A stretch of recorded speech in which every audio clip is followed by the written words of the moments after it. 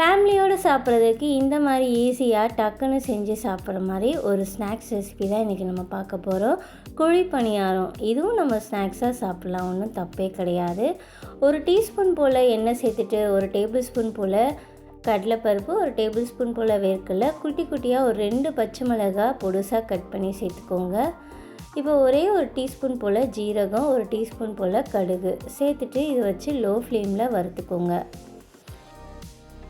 1/4 teaspoon போல் பெருங்காயத்தூள், இது ரெண்டையும் சேர்த்து நல்லா வறுத்துட்டு நம்ம எவ்வளோ குவான்டிட்டிக்கு நமக்கு மாவு வேணுமோ அவ்வளோ அளவுக்கு சேர்த்துக்கோங்க. கொஞ்சம் மாவு லேசாக தண்ணி ஊற்றி கரைச்சி இந்த மாதிரி பதத்துக்கு எடுத்து வச்சுக்கணும். இப்போ நம்ம வறுத்து வச்சுருக்க வேர்க்கடலை, கடலைப்பருப்பு எல்லாத்தையும் இதில் சேர்த்துடலாம்.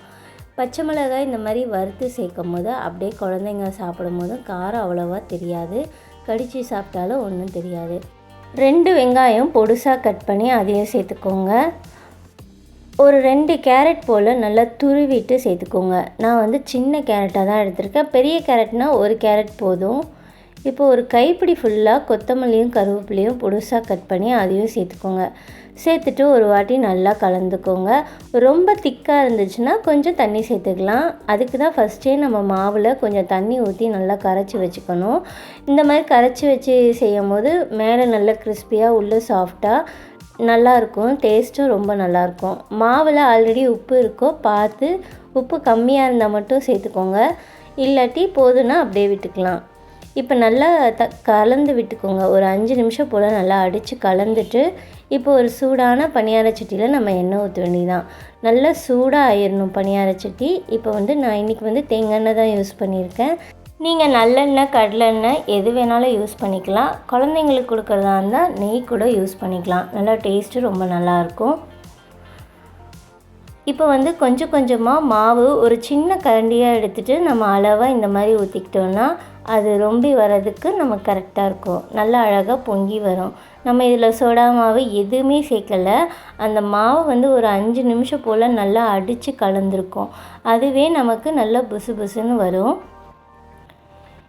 இந்த மாதிரி ஊற்றுனதுக்கப்புறம் தட்டு போட்டு ஒரு 5 நிமிஷம் ஃபுல்லாக லோ ஃப்ளேமில் தான் இருக்கணும். ஃபாஸ்ட்டில் வச்சிங்கன்னா அடியில் ஃபுல்லாக தீஞ்சிடும், நமக்கு அந்த கோல்டன் கலர் வராது. இப்போ ஒரு 5 நிமிஷம் கழித்து நம்ம ஓப்பன் பண்ணி பார்த்தோன்னா நல்லா கீழே நல்லா அழகாக கோல்டன் கலரில் இருக்கும், மேலேயும் நமக்கு கொஞ்சம் வெந்திருக்கும். இப்போ நம்ம லேசாக திருப்பி விட்டுக்கலாம். நல்லா கோல்டன் கலரில் வந்திருக்கு பார்த்தீங்களா? இப்போ நம்ம திருப்பி விட்டுக்கலாம் எல்லாத்தையுமே.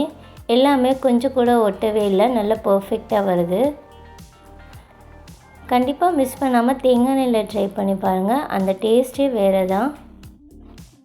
திருப்பி ஒரு 5 நிமிஷம் போல் மூடி போட்டு ஃபுல்லாக லோ ஃப்ளேமில் தான் இருக்கணும்.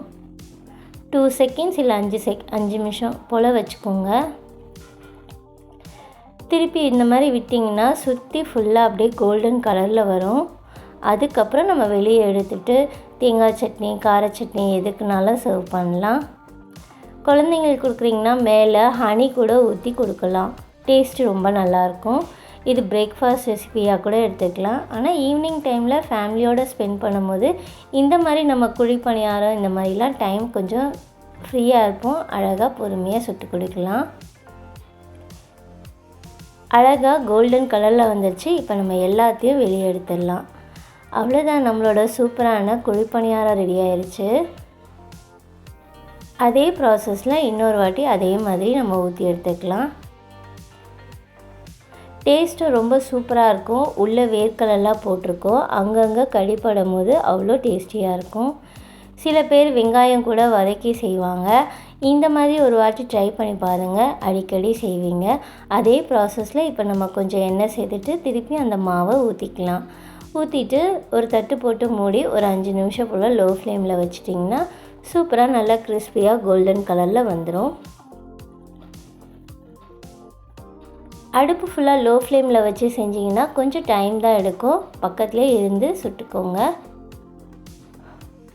இந்த மாதிரி ரொம்ப ஃபாஸ்ட்டில் வச்சு செஞ்சோன்னா நமக்கு நிறைய உள்ளே வேகாத மாதிரி யாருமே சாப்பிட மாட்டாங்க, அவ்வளோவா நல்லா இருக்காது. லோ ஃப்ளேமில் வச்சுட்டு தட்டு போட்டு மூடி வச்சு செஞ்சிங்கன்னா நல்லா கோல்டன் கலராகவும் இருக்கும், டேஸ்ட்டாகவும் இருக்கும், சூப்பராகவும் இருக்கும். எல்லாம் என்ஜாய் பண்ணி சாப்பிடுவாங்க. ஒன்று கூட மிச்சம் வைக்க மாட்டாங்க, எல்லாமே காலியாகிடும்.